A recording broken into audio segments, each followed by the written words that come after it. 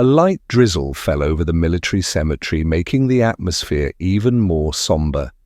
The wind rustled the American flag draped over the dark oak casket. Soldiers stood in rigid formation, their expressions solemn, while friends and family gathered around their faces, heavy with grief, as they said their final goodbyes to Sullivan. Sully Hayes, a decorated war veteran, but among all the mourners one stood out, Riggs, a powerful German shepherd.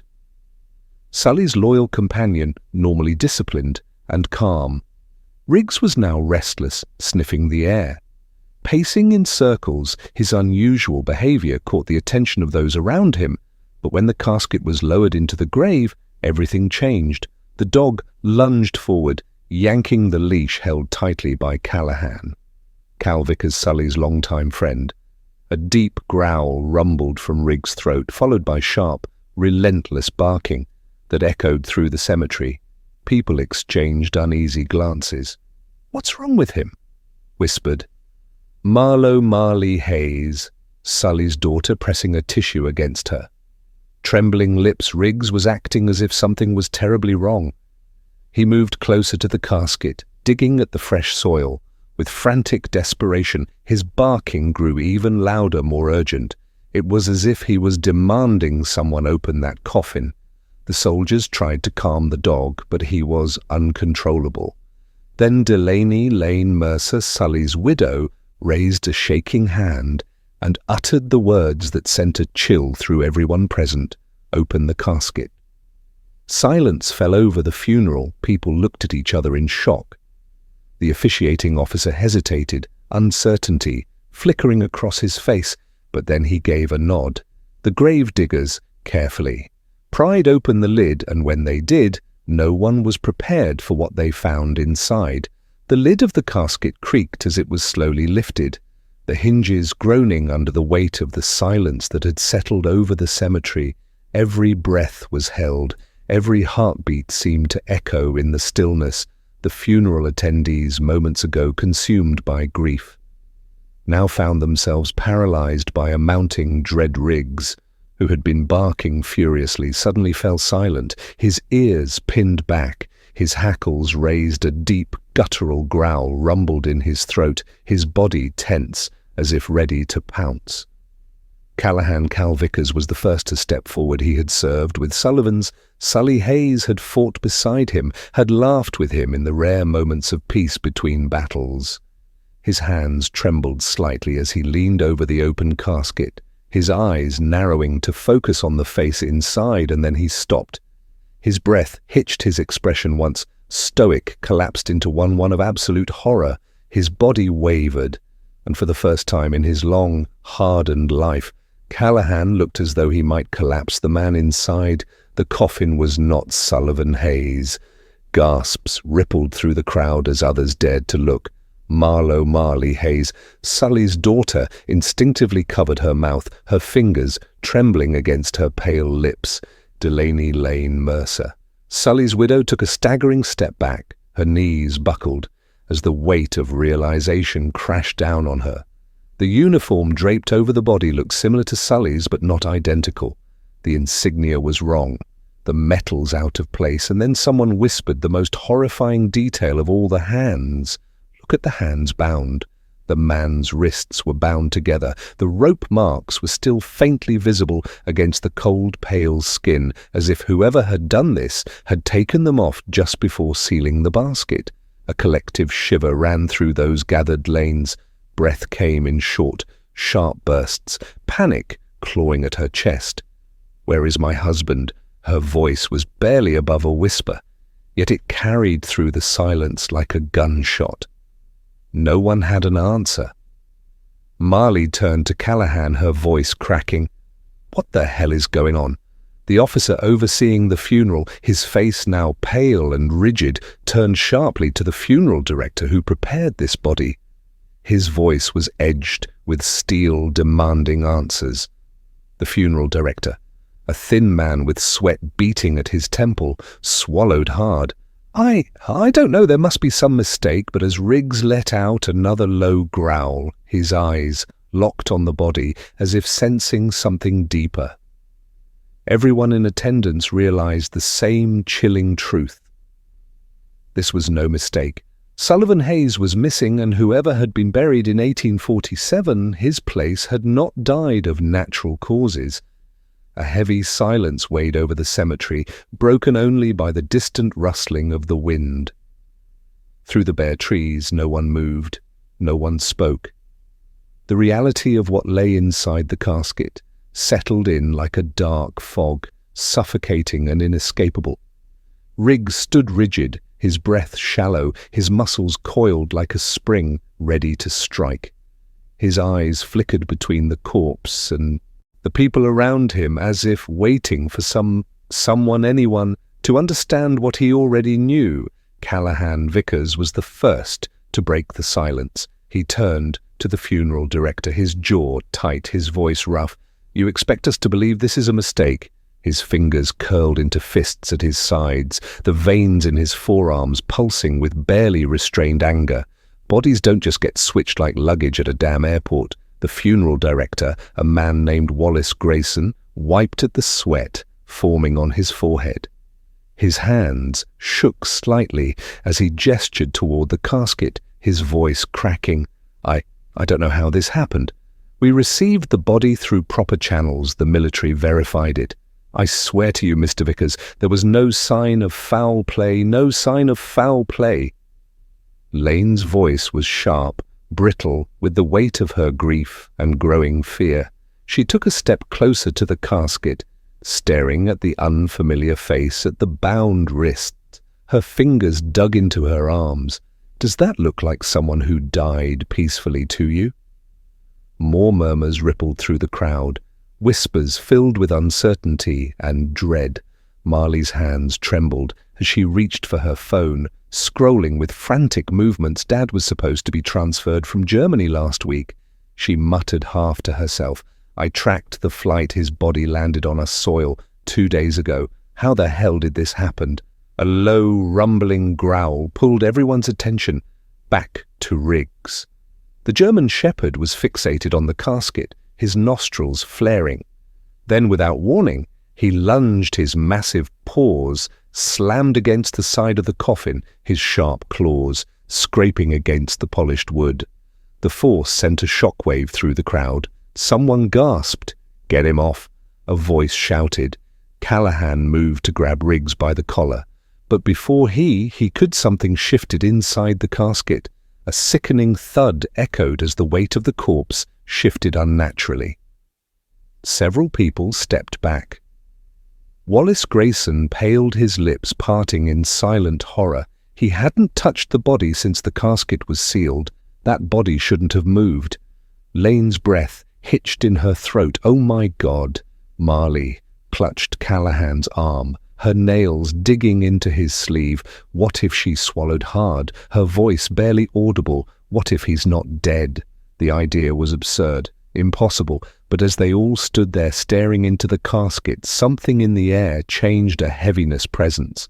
The possibility that the nightmare was only just beginning for a moment. Silence strangled the cemetery. No one spoke. No one moved. The weight of the impossible pressed down on them as they stared at the body that should have been lifeless. Riggs remained tense, his ears twitching, his breath coming in sharp, deliberate exhales. Callahan Vickers felt his pulse hammer against his temples, his instincts screaming at him that something was very, very wrong. Wallace Grayson, the funeral director, wiped his sweaty palms against his jacket, his voice barely more than a whisper. This isn't possible." His words trembled, as if saying them out loud might somehow make them true. But Lane Mercer wasn't interested in doubts or technicalities. Her entire body was trembling, her breath coming in raged bursts. "Check him," she ordered, her voice sharp. Despite the terror in her eyes now, hesitantly, Callahan stepped forward. The air felt thick, suffocating. As he reached into the casket, his fingers found the man's throat, pressing against the cold, sunken skin. He expected nothing. He expected to confirm what should have been the truth. But then beneath his touch, faint, unsteady, but undeniable. A pulse. A sick, sinking feeling. Twisted in his gut, he turned to the others, his voice hoarse. "He's alive." The reaction was immediate. Gasps rippled through the crowd, disbelief painted on every face. Marley clutched her chest, her knees nearly giving out. Wallace stumbled back, shaking his head violently. No, that's not possible, the military." His voice cracked. He was confirmed. Dead. But Callahan wasn't listening anymore. He was focused on the body, on the subtle movements, the flutter of an eyelid, the twitch of a finger. The man wasn't just alive, he was waking up. Then suddenly the corpse inhaled sharply, as if gasping for air. After being underwater too long, his chest heaved violently, his fingers clawing weakly at the fabric of his uniform. His eyes snapped open, wild and unfocused. The cemetery froze. No one dared to move, no one dared to breathe. And then, in a voice so hoarse it barely escaped his lips, the man in the coffin rasped two chilling words. "Help me out of a nightmare." The man in the casket, who should have been dead, was alive. His breath came in ragged gasps, his fingers twitching as if he were struggling to regain control of his body. Riggs barked furiously, his instincts on high alert, as if warning everyone that something was terribly wrong. Callahan Vickers didn't hesitate. He reached into the casket, gripping the man's arm. His skin was ice cold, his pulse dangerously weak. "Stay with me," Callahan commanded, his military instincts kicking in. The man's lips parted, trying to form words, but only a dry rasp came out. His eyes darted around, wildly clouded with confusion and terror. Lane Mercer clutched her chest, tears brimming in her eyes. "Who is he?" she whispered, her voice barely audible. "Where is my husband?" Marley grabbed her mother's arm, shaking her head in disbelief. "Mom, what if Dad is still out there?" The thought sent a fresh wave of dread crashing over them. If Sully wasn't in this casket, then where was he? And who had done this? Wallace Grayson stood, frozen, his face pale as a ghost. "We need to call someone," he stammered. "The authorities, the military. Someone needs to explain this."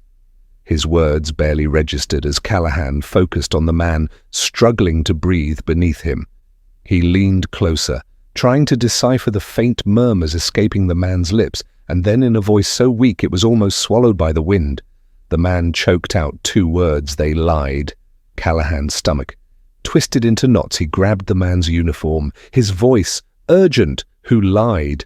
What happened?" But before the man could answer, his body convulsed violently. A gurgling noise escaped his throat, his back arching in pain. His breathing became erratic. "Damn it," Callahan muttered. "We're losing him."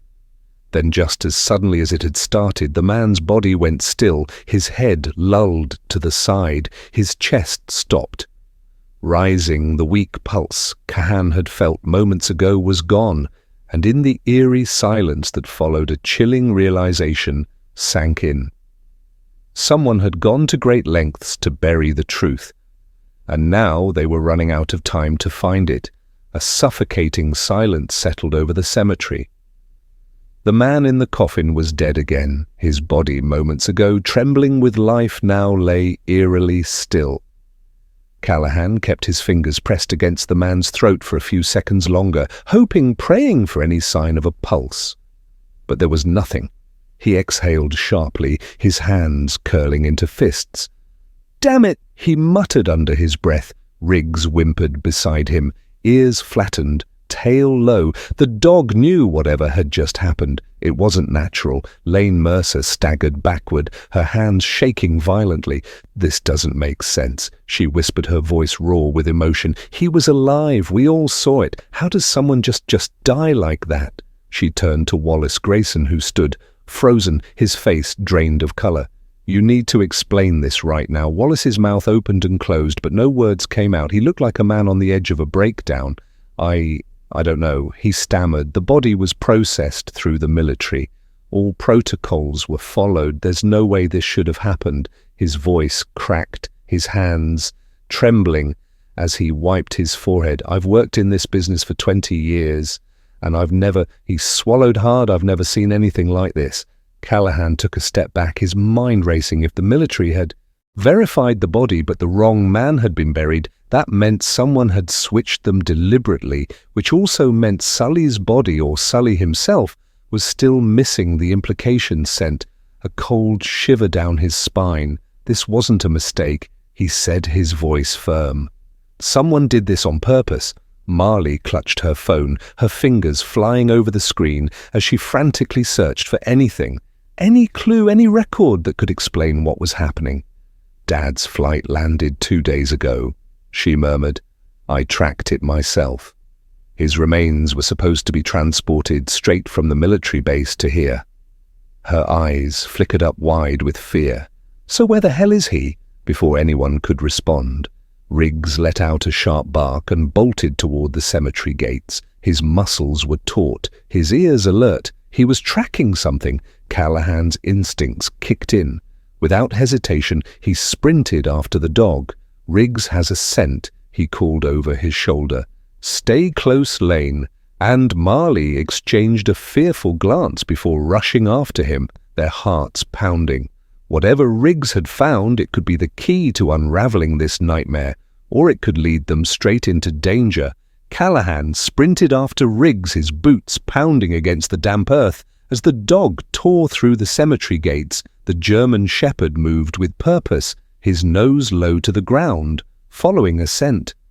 Only he could detect Lane, and Marley struggled to keep up their breath, coming in ragged gasps as they ran.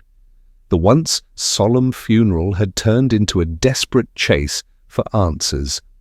The cemetery bordered a dense stretch of woodland, the trees looming like silent sentinels in the fading afternoon light. Riggs charged forward, weaving between gravestones and patches of overgrown grass, until he reached the edge of the woods. He stopped abruptly, his body tense, his ears pricked forward. Then with a deep growl he turned his head toward Callahan, almost as if urging him to see what lay ahead. Callahan slowed, scanning the area. At first he saw nothing but leaves rustling in the breeze, but then a disturbance in the dirt, fresh footprints. They weren't from the funeral guests, these were deeper, hurried, leading away from the cemetery. Someone had been here and they had left in a hurry. His gut twisted. Someone was watching us. He muttered, his voice low. Lan's breath hitched. Are you saying? She hesitated, wrapping her arms around herself. Who would be out here? And why? Marley, still gripping her phone, took a step closer to the tracks. These footprints aren't old, she murmured. Whoever made them was here not long ago, maybe minutes. Her voice wavered as she turned to Callahan.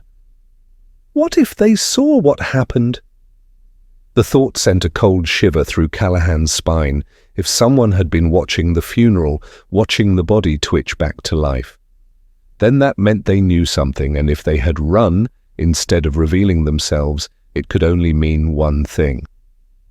They were involved. We need to follow this trail, he said. His voice, firm now. Riggs let out a low bark, already prepared to lead the way. Lane hesitated for only a moment before nodding, determination hardening her features. Marley swallowed her fear and took a deep breath without another word. They followed the footprints into the woods, unaware that with every step they were getting closer to a truth, far darker than they could have imagined. The dense canopy of trees swallowed them whole as they pushed deeper into the woods. The world behind them, the cemetery, the funeral, the life they had known felt impossibly far away. Here in the thick of the forest, the air was colder, heavier, carrying the scent of damp earth and decaying leaves. The last traces of daylight barely pierced through the twisted branches above, casting elongated shadows that moved with the wind, making everything feel alive. Every step they took was met with the crunch of leaves beneath their feet, the only sound besides their own breaths and the faint rustling of unseen creatures. Riggs was leading the way, his body tense, his nose skimming the ground as he tracked a scent. Only he could detect. His tail was stiff, ears flicking sharply at every small noise. Callahan kept his grip firm on the handle of his knife, every nerve in his body on high alert. Something wasn't right. They weren't just following footprints, they were following a trail left by someone who hadn't wanted to be found. Marley wiped the sweat from her palms against her jeans, glancing nervously at Lane. "How do we know we're not walking into a trap?" she whispered, barely audible, over the wind, shifting through the trees. Lane's expression was unreadable, her jaw clenched. "We don't," she admitted, her voice calm but cold. "But if we turn back now, we may never find out what happened to Sully." The words cut through the air like a blade, leaving no room for argument. The footprints weaved through the undergrowth, sometimes fading beneath a thick layer of leaves before reappearing further ahead. Whoever had been watching them at the funeral had taken this exact path. Callahan crouched beside one of the deeper imprints in the soil, pressing his fingers into the disturbed earth. The dirt was still soft. He glanced up, his gaze sharp. "This isn't old," he muttered. "Whoever made these tracks was here, maybe 10 to 15 minutes ago, and they were in a hurry." A low growl rumbled from Riggs' chest, deep and guttural. The sound sent a shiver down Marley's spine. The dog's fur bristled, his stance rigid, his eyes locked onto something just ahead. Something concealed by the darkness between the trees. Callahan followed his gaze. Reaching slowly for his flashlight, he flicked it on the bright beam, slicing through the gloom. At first, there was nothing but trees twisted and gnarled their branches like skeletal fingers, reaching for the sky, but then his light caught something unnatural. A torn scrap of military fabric. Tangled in the underbrush and right next to it, glinting in the flashlight's glow, a dog tag. Lane gasped, rushing forward before Callahan could stop her.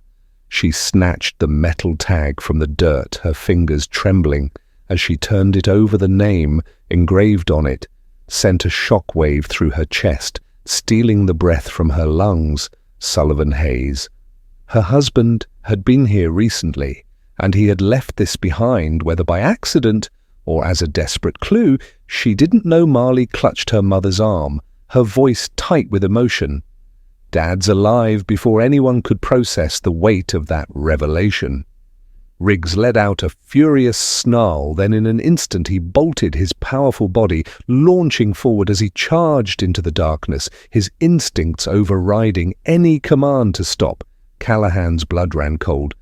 "Riggs, no," he shouted, sprinting after him, but the dog was already gone, and then somewhere ahead, deep within the woods, came a sound, a low, agonized groan. Human weak, close. Callahan tore through the underbrush branches, slashing against his arms as he sprinted after Riggs. His heart pounded in his chest, the sound deafening in his ears behind him.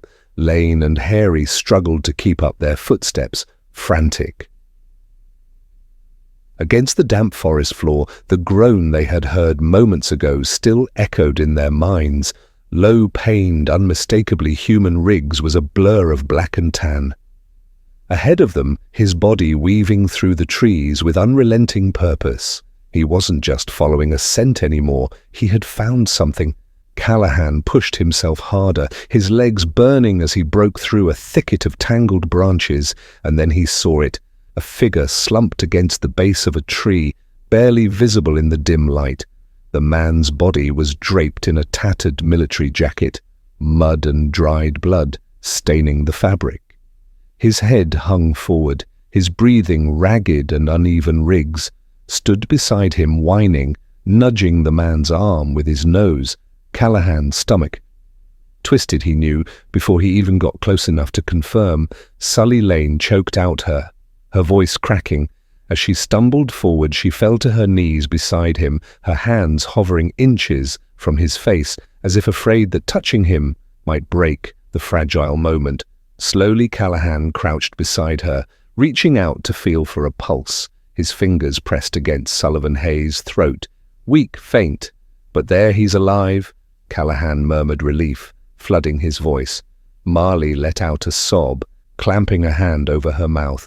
Lane's fingers brushed against Sully's cheek, her touch feather-light. Sully, her voice trembled, his eyelids fluttered, his lips parting. Slightly took several agonizing seconds, but then his eyes opened, bloodshot, clouded but aware. He stared at Lane for a moment as if trying to remember her face before his lips moved. Lane, a broken whisper, a single syllable that sent fresh tears streaming down her face. Callahan moved fast, slipping an arm under Sully's shoulders, ready to lift him. We need to get him out of here now, but as he shifted Sully's weight, the wounded man groaned in pain, his body stiffening. Callahan froze, his instincts flared. Sully wasn't just hurt, he was terrified. "Wait!"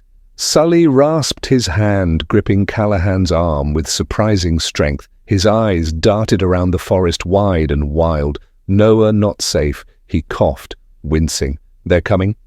A cold dread settled over Callahan. The hairs on the back of his neck stood on end.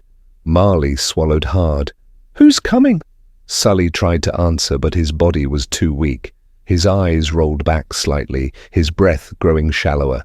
Riggs let out a warning growl, his gaze snapping toward the darkness beyond the trees. A rustling sound echoed through the woods for steps more than one pair. Callahan's grip on his knife tightened. They weren't alone. The sound of approaching footsteps sent a bolt of adrenaline through Callahan's veins. His grip tightened on his knife, his breath steady, but his muscles, coiled like a spring rig, stood rigid beside him, ears pinned back, a deep growl vibrating in his chest. Lane clutched Sully's hand, her knuckles white, while Marley hovered close. Her wide eyes darted between the shadows of the trees. The forest around them was no longer just a collection of twisted branches and shifting shadows. It was a battlefield waiting to erupt. Sully coughed weakly, his fingers twitching. Against the damp ground he tried to speak, but his voice was barely a whisper. "Run," he raised. They won't let me leave." His eyes flickered toward Callahan, pleading, "Please take Lane, take Marley, get out." But Callahan wasn't leaving, not without answers. "Who?" he demanded in a low voice. "Who's after you?" Sully, a heavy silence stretched between them, thick and suffocating. Then a voice broke through the darkness. "You weren't supposed to find him." Callahan whipped around his knife, raised his pulse. Hammering, three figures emerged from the shadows, their faces obscured by the dim light. Their movements were calm, deliberate. One of them, a tall man with a clean-shaven face and cold, calculating eyes, took a slow step forward, hands in his pockets as if this were nothing more than an inconvenient business meeting. The emblem on his jacket made Callahan's blood turn to ice. Military, but not standard, not official. Lane gasped, her grip tightening on Sully. "Who are you?" The man tilted his head slightly. "The ones cleaning up the mess," he said flatly. His gaze flicked to Sully, then to Callahan. "You should have left him in that grave." Callahan's grip on his knife didn't waver. "If you wanted him dead, why bury him alive?" The man let out a short, humorless chuckle. "We didn't expect him to last this long." His eyes darkened. "And we certainly didn't expect you to dig up what was meant to stay buried." He took another step closer. "But we can fix that." Before Callahan could react, the man's hand moved toward his hip. A gun. Callahan lunged without thinking. His military reflexes took over. His knife slashed through the air, slicing across the man's arm before he could draw his weapon. The man stumbled back, cursing. Riggs launched forward with a savage snarl, clamping his jaws onto the leg of one of the other figures. Chaos erupted. Marley screamed. Lane shielded Sully's limp body, her own shaking. Callahan tackled the man with the gun, driving him hard into the ground. Fists flew. A gunshot cracked through the night, missing Callahan's head. By inches, Riggs snarled, his teeth sinking deeper into flesh. The second attacker crumpled to the ground, writhing in pain. Callahan wrestled the gun from his opponent's grip, his knee pressing into the man's chest. "Who sent you?" he barked, his breath ragged. The man sneered up at him, blood trickling from his split lip. "You already know." And Callahan Did this wasn't just about Sully. This was bigger, deeper, a secret someone had tried to bury literally, and now they had failed behind him. Lane sobbed as Sully's weak hand gripped hers. His breathing was shallow, but he was alive. Marley clung to her mother, tears streaking her dirt-smudged face. Riggs, despite his own exhaustion, stood guard over the unconscious attacker, his sharp eyes scanning the darkness for more threats. It was over, at least for now. Callahan exhaled his grip on the stolen gun. "Steady, we're leaving," he said, his voice low, firm. "And if you come after us again, I won't miss next time." The man on the ground smirked through bloody teeth. "You think this is over?" His chuckle was almost amused. "You just uncovered the beginning." Callahan did care. He turned away, helping Lane and Marley lift Sully to his feet. The nightmare wasn't over, but they had him now, and that was all that mattered. As they disappeared into the night, the truth remained buried in the darkness behind them, but not forever. Some graves were never meant to stay closed.